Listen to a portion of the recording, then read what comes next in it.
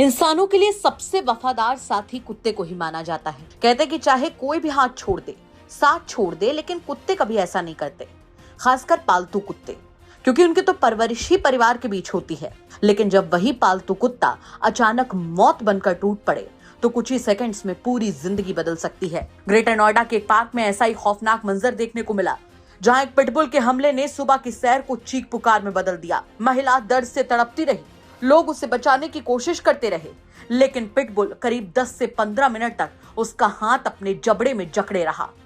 आखिरकार काफी मशक्कत के बाद महिला को छुड़ाया गया, लेकिन तब तक उसके हाथ पर गहरे जख्म हो चुके थे और 12 टाके भी लगाने पड़े। ये दिल दहला देने वाली घटना ग्रेटर नोएडा के सेक्टर डेल्टा 1 के बी ब्लॉक स्थित पार्क की है।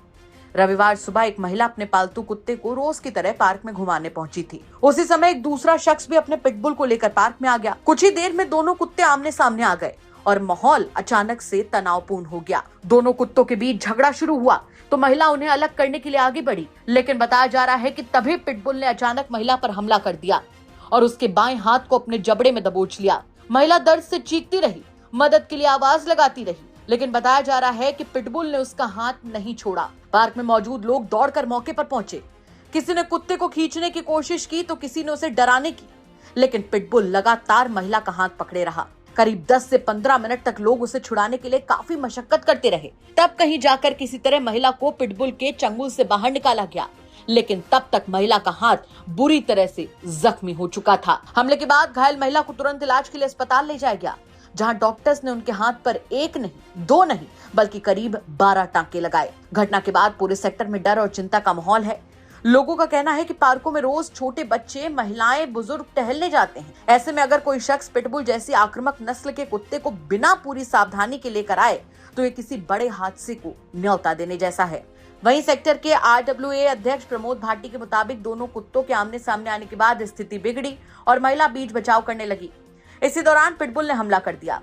उन्होंने बताया कि घटना के बाद पार्क में मौजूद लोगों ने काफी कोशिश के बाद महिला को बचाया। अगर कुछ देर और हो जाती तो हादसा और भी ज्यादा गंभीर हो सकता था।